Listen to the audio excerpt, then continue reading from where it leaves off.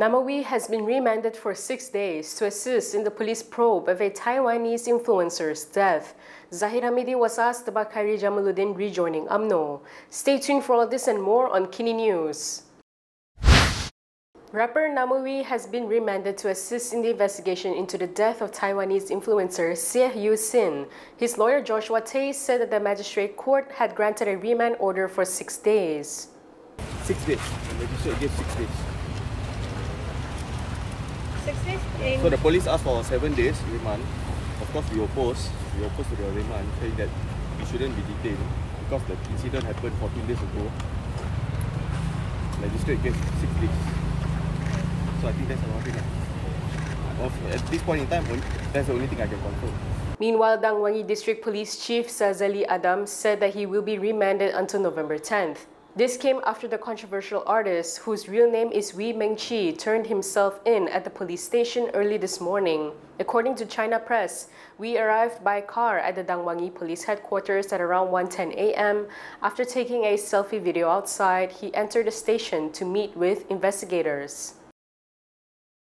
Earlier, Wee had posted on social media showing a selfie taken in front of the police station. In a post, he said he had just arrived in Kuala Lumpur from Johor Bahru and had earlier arranged a time with the police to lodge a report and present himself at the station. He added that he will fully cooperate with the police investigation to provide answers to the public and the deceased family. Wee said he won't run away and stated that in the past, there were 7 times when warrants were issued for him and he voluntarily went to the police each time. Yesterday, Kuala Lumpur Police Chief Fadil Marsus announced that the probe into Hsieh's death had been reclassified as a murder investigation under Section 302 of the Penal Code. According to NST, Fadil said the police were looking for Namewee to assist in the probe as he was believed to be the last person with the victim. From now on, you can also listen to KiniNews on Spotify and Apple Podcasts. Scan the QR code on the screen to follow us. The Attorney General's Chambers has classified the police probe into a Bloomberg report last year alleging that the Prime Minister had interfered in MACC affairs as no further action. Minister in the Prime Minister's Department for Law and Institutional Reform, Azanina Othman Said, revealed this in a written parliamentary reply yesterday. Azanina said the NFA directive from the AGC came after it determined that there was insufficient evidence to pursue charges. However, she said criminal cases, unlike civil cases, are not subject to a limitation period. She added that should there be any new developments in the future, further investigation and review of this case may still be carried out. Azanina said that the police investigation paper was submitted to the AGC for further action, following a report lodged by the MACC with the police. She also said that the matter of such reporting can be referred to the Malaysian Media Council. In September last year, Bloomberg published a report quoting sources that implicated Prime Minister Anwar Ibrahim and MACC Chief Commissioner Azam Baki in concerted abuse of investigative powers concerning supposedly targeted probes by the graft busters. Bersatu has appointed former Dewan Rakyat Speaker Azhar Azizan Harun to lead its appeals board. Bersatu's Secretary General Azmin Ali made the announcement in a statement this morning. Apart from Azhar, Azmin named 4 other appeals board members, including Zulkifli Nordin, Redzwan Yusof, Abdul Latif Ahmad, and Fahimi Ismail. Azmin also stressed that the party is dedicated to finding solutions to internal divisions, and the Supreme Council views the party's internal problems seriously. He added that the Council is dedicated to continue to work collectively to find a solution in the spirit of mutual respect, shared understanding, and to firmly defend the party's constitution.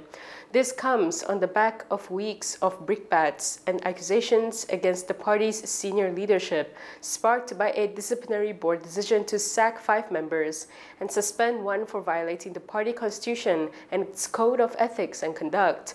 The 6, including Tasik Gulugor MP Wan Saiful Wanjan and Machang MP Wanama Faisal Wanama Kamal, have appealed the disciplinary board's decision. The group, along with fellow MP Saifuddin Abdullah and other grassroots leaders, had urged Bersatu President Muhyiddin Yassin to step down and give way to his deputy, Hamzah Zainuddin, to helm the party.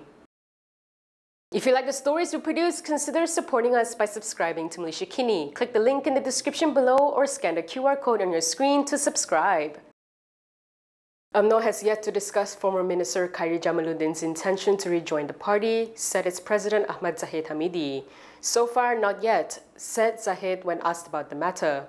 According to Bernama, Zahid said he did meet Khairi at the wedding of Perlis UMNO chairperson Rosabil Abdurrahman's daughter last Sunday.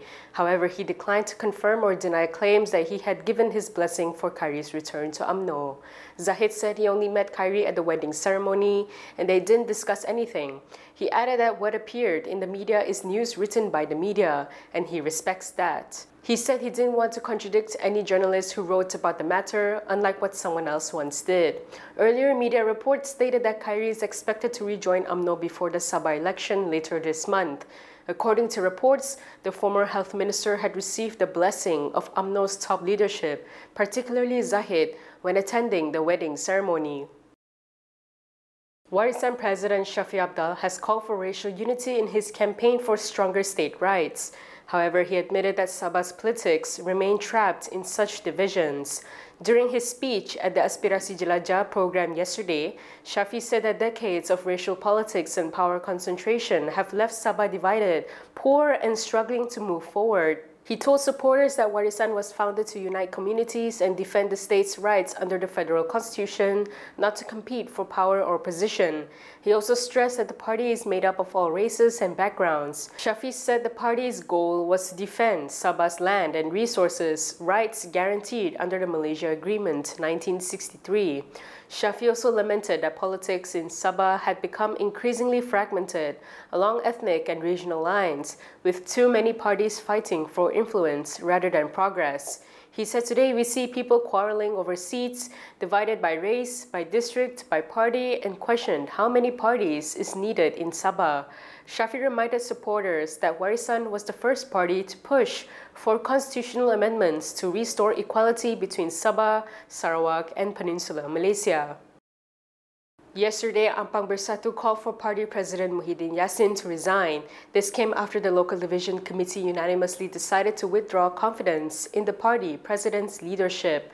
The division said Muhyiddin had failed to manage an ongoing crisis within Bersatu. We posted a poll on this to get your take on Muhyiddin's leadership. Let's take a look at the results. 66% of voters think that Muhyiddin should resign for the good of the party. Meanwhile, 21% of voters said this is just internal politics and that Muhyiddin still has what it takes to lead. Another 10% said a leadership transition should be handled carefully to avoid further instability. What are your thoughts on this? Let us know in the comments section below. And that is all from me today. For more stories, you can go to KiniTv.com. You can also follow us on Instagram, X, YouTube, and Facebook for the latest news updates. I'm Camelia. Thanks for watching.